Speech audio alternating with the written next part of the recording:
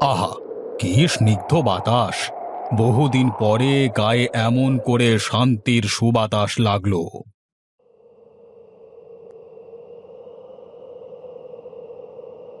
কই গো, তুমি এখনো উঠোনে দাঁড়িয়ে রইলে যে? বারান্দায় উঠে এসো, যা মেঘ করেছে বাইরে। গিন্নি, দেখো দেখো, কি শীতল বাতাস বইছে বাইরে। গাটা কেমন জুড়িয়ে যাচ্ছে। হয়েছে হয়েছে, আর বাতাস খাওয়া লাগবে না। এবার বারান্দায় উঠে এসো দেখি, এই বুঝি বৃষ্টি নামবে বলে।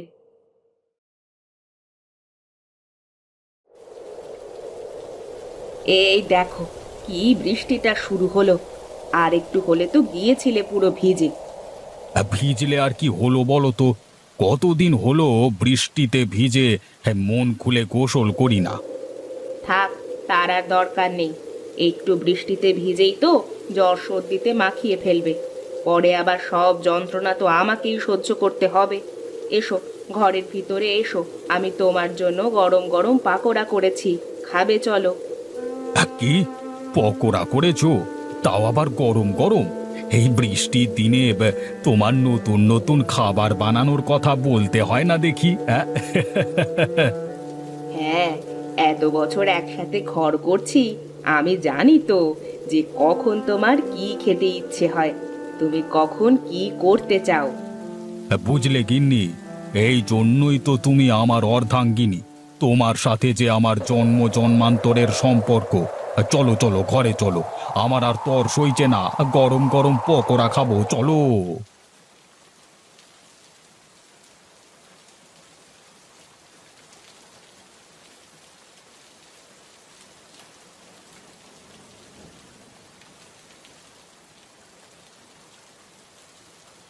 ও হরি কাকা, এই ঝুম বৃষ্টির মধ্যে একা একা দোকানে বসে কি করো শুনি? কি আর করবো রে বাবা, সকাল সকাল বৃষ্টিতে কেউ দোকানে আসলো না। আজ যে আমার বড় লস হয়ে গেল বাবা। দাও দাও, আমাকে এক কাপ গরম চা দাও দেখি। বৃষ্টির পানিতে হাত পা ঠান্ডা হয়ে গেছে।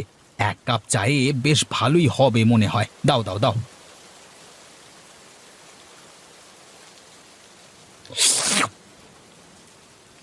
বাহ, তোমার হাতে কি জাদু আছে বলো তো হরি কাকা।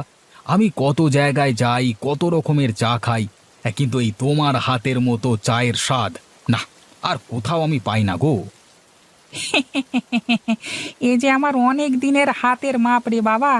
সেই ছোট্টবেলা থেকেই তো আমি এ গায়ের মানুষকে চা বানিয়ে খাওয়াই। এ গায়ের সবাই তো আমার হাতের চা খেয়েই চা খাওয়াটা শিখলো। তা তো বুঝলাম, কিন্তু কাকা, আজকে যে তোমার বড় লস হয়ে গেল। এক কাজ করো, আজ তোমার সব চায়ের দাম আমার থেকে নিয়ে নাও। কালকে আবার সবার কাছে বিক্রি করে আমার টাকাটা না হয় ফেরত দিয়ে দিও। না রে বাবা, না না, ছোটবেলা থেকে সততা নিয়ে কাজ করতে শিখেছি, কখনো কোনো অন্যায় করিনি। আর লোভ তো করাই যাবে না। তুমি আমাকে শুধু তোমার এক কাপ চায়ের দাম দিলেই হবে বাবা। তুমি কখনো শোধরালে না কাকা, সেই আগের মতোই থেকে গেলে। বুঝলে কাকা, দুনিয়াতে ভালো মানুষের কোনো মূল্য নেই। দেখবে সবাই তোমার ক্ষতি করতে চাইবে। তাই তো বলি, এত ভালো মানুষ হওয়ার দরকার নেই।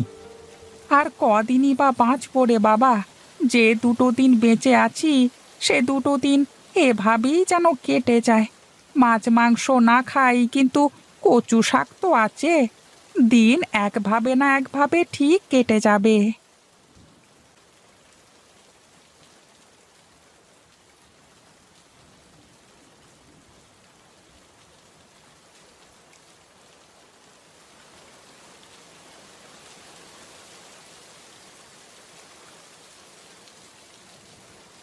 কই গো গিন্নি, তোয়ালেটা নিয়ে একটু বাইরে এসো তো দেখি। সে কি গো, তুমি তো প্রায় ভিজে গেছো। কি করব বলো, বৃষ্টি তো বেশ জোরই হচ্ছে, আর এপাশ ওপাশ দিয়ে ঝাপটা মারছে। ভাগ্যিস ছাতাটা ছিল, তা না হলে তো তুমি পুরোটাই ভিজে যেতে বাবা।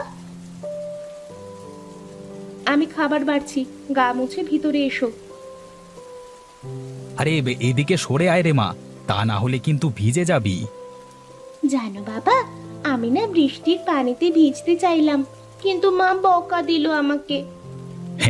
এখনকার বৃষ্টিতে ভিজলে যে অসুখ করবে রে মা, তার চেয়ে ভালো চল আমরা আগে খেয়ে নি, আমার বড্ড খিদে লেগেছে। তুমি যাও, আমি খেয়ে নিয়েছি। আমি একটু দাঁড়িয়ে বৃষ্টি দেখি।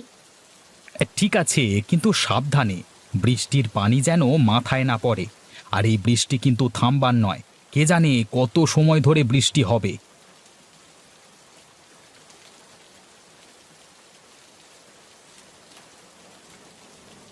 বাহ, এই বৃষ্টির দিনে গরম গরম খিচুড়ি করেছো, তোমাকে যে কি বলবো। হ্যাঁ, আমি জানি তো যে বৃষ্টির দিনে তোমার খিচুড়ি খেতে খুব ভালো লাগে। ভালো লাগে বই কি, আমার যে কি আনন্দ হচ্ছে তা তোমাকে বলে বোঝাতে পারবো না গো। কি হলো, তোমার মুখটা আবার অমন হয়ে গেল কেন বলো তো? কই, কিছুই তো হয়নি, তুমি খাও। সবকিছু ছেড়ে আমার হাত ধরে এ বাড়িতে এসেছিলে, সুখে দুঃখে আমি তোমার সাথী হয়ে আছি, আমার কাছে তুমি কিছুই লুকাতে পারো না। আজ বাবার কথা খুব মনে পড়ছে। আগে বৃষ্টির দিন আসলেই বাবা কচু শাক খেতে চাইতো। বৃষ্টি হলেই গরম গরম শাক রান্না করে না দিলে বাবা ভাতই খেত না। এসব মনে করে শুধু শুধু কষ্ট পাওয়া। কই, এতদিনে তো তোমার বাবা একদিনের জন্য আমাদের খোঁজ নিতে আসলো না। আমাদের কথা ছাড়ো, আমাদের রূপা মায়ের কি দোষ, ওর কথা ভেবেও তো তারা অন্তত একবার আসতো খবর নিতে। বড় অভিমানী যে আমার বাবা, কখনো কারো কাছে মাথা নত করেনি। হঠাৎ করেই আজ কেন জানি মনের ভেতরটা উথাল পাথাল করছে। যদি বাবাকে একবার দু চোখ ভরে দেখতে পেতাম। বেশ, এক কাজ করো, তুমি আর রূপা মা না হয় কালকে একবার ও বাড়ি থেকে ঘুরে এসো। বাড়ির ভেতরে ঢুকতে না দিলে বাইরে থেকে দেখে চলে আসবে।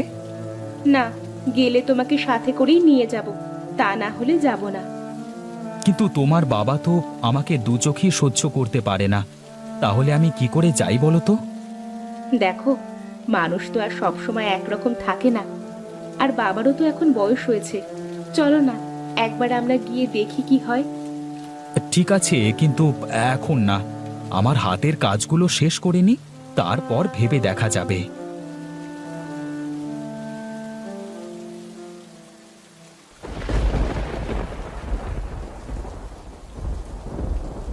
কি গো, না ঘুমিয়ে কি ভাবো তুমি? ভাবি গো গিন্নি, ভাবি, আজকে যদি একটা ছেলে পুলে থাকতো, বাড়িতে বৌমা নাতি নাতনি থাকতো, কত মজাই না করতাম। ওগো, আমাদের রাধার মেয়েটা এখন বেশ বড় হয়েছে, কি মিষ্টি চেহারা হয়েছে শুনলাম। রাধা তো আর এখন আমাদের মেয়ে নয় গিন্নি, তুমি শুধু শুধু স্বপ্ন দেখো। যদি আমাদের মেয়ে হতো তাহলে তো এতদিনে অন্তত একবার বাবা মায়ের খোঁজটা নিত। তা বললে কি আর হয়? আপন রক্ত কি কখনো পর হয় বলো? তুমি একবার ওদের এখানে ডেকে পাঠালেও তো পারতে। আমি কেন ডেকে পাঠাবো, যখন আমার কথা অবাধ্য হয়ে এই বাড়ি ছেড়ে চালচুলোহীন একটা ছেলের হাত ধরে পালিয়েছিল, তখন তো আমার কথা শুনে যায়নি, তাহলে আজ কেন আমি ওকে ডাকবো?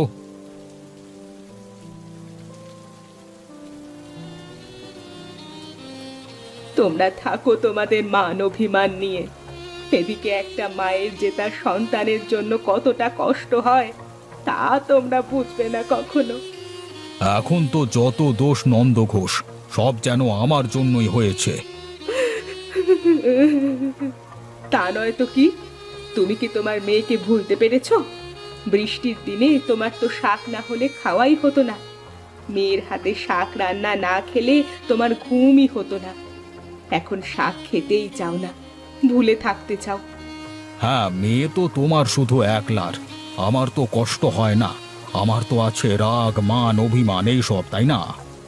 ওগো, চলো না একবার গিয়ে আমাদের দিদি ভাইকে দেখে আসি। সেসব পরে দেখা যাবে, তুমি এখন ঘুমাও, আর আমাকেও একটু ঘুমাতে দাও।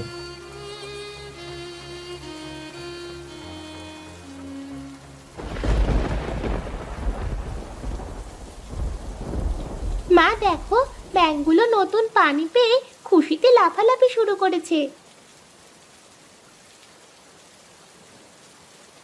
হ্যাঁ রে মা, নতুন পানি পেলে ব্যাঙেদের লাফালাফি বেড়ে যায়। কিন্তু তুমি এই বৃষ্টির মধ্যে কচু শাক দিয়ে কি করবে মা? আমার একজন আপনজনের জন্য রান্না করব। তা তোমার সেই আপনজনটা কে বলো তো দেখি শুনি। আমি আর বাবা ছাড়া তো তোমার কেউ নেই। আছে রে মা, আছে। আমার বাবা মা আছে। আর বৃষ্টির দিনে কচু শাকের রান্না আমার বাবার খুব প্রিয় খাবার। কি বলো তুমি? এতদিন না বলতে তোমার আমি আর বাবা ছাড়া কেউ নেই? অভিমানে বলতাম রে মা। আজ আমরা তো নানু বাড়ি যাব। সত্যি বলছো তুমি মা? আমি আমার নানু বাড়িতে যাব? আমার তো বিশ্বাসই হচ্ছে না। মারে, তোর বাবাকে বল তাড়াতাড়ি তৈরি হয়ে নিতে। আমরা বের হব এখনই। এই বৃষ্টির মধ্যেই যাব আমরা নানু বাড়িতে? হ্যাঁ রে মা, আমরা এই বৃষ্টির ভেতরেই যাব।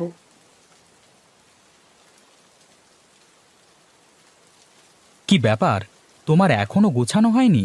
চলো চলো, আমার আবার ওবেলা একটু কাজ আছে, কিন্তু তাড়াতাড়ি বাড়ি ফিরতে হবে। এতদিন বাদে নানু বাড়িতে যাচ্ছি, আর আজই চলে আসতে হলো বাবা? হ্যাঁ রে মা, কারণ ওখানে থাকবার জন্য আমাদের অনুমতি নেই যে। আগে চলো তো, তারপর দেখা যাবে। যাওয়ার আগেই এত মন্তব্য করো না তো।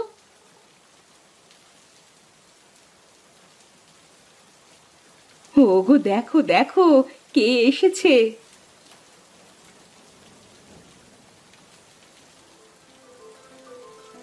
দেখো, আমার রাধা মা আর আমার লক্ষ্মী দিদি ভাই এসেছে। আচ্ছা, তুমি কি আমার নানু ভাই হও? আচ্ছা, তুমি এতদিন আমার সাথে দেখা করতে যাওনি কেন? হ্যাঁ রে নানু ভাই, জেদ আর অভিমানে আমি এতদিন তোকে দেখতে যাইনি, কিন্তু সব সময় আমার মনে হতো এই বুঝি তুই আমার কাছে ছুটে এসে আমাকে নানু ভাই বলে ডাক দিবি। জানো নানু ভাই, মা না রোজ তোমার জন্য কান্না করে আর লুকিয়ে লুকিয়ে চোখের জল মোছে। এইদিকে আয় রে মা, এইদিকে এসো বাবা। এত অভিমান তোমার বাবা? মেয়ের ওপর এত রাগ তোমার? না রে মা, কিন্তু তুই তো একবার আমার কাছে আসতে পারতিস। তুই তো তোর বাবাকে চিনিস। আমি বাইরে থেকে দেখতে যতটা শক্ত, ভেতরটা ততই নরম। সেদিনের পর থেকে আমি আর কখনো বৃষ্টির দিনে ইলিশের পাতুরি খাইনি বাবা। আর সেদিনের পর থেকে তোর বাবা শাক রান্নাও খাওয়া ছেড়ে দিয়েছে। বাবা, আমি তোমার জন্য কচু শাক রান্না করে এনেছি, চলো একসাথে খাবে চলো। আমার মন বলছিল, তাই তো আমিও খিচুড়ি আর ইলিশ করেছি। আজ যে আমার বড় খুশির দিন, আমরা সবাই একসাথে বসে খাবার খাবো। হ্যাঁ মা, আজ আমরা সবাই একসাথে বসে খাবো মা। তুমি আমাদের সবাইকে খেতে দাও।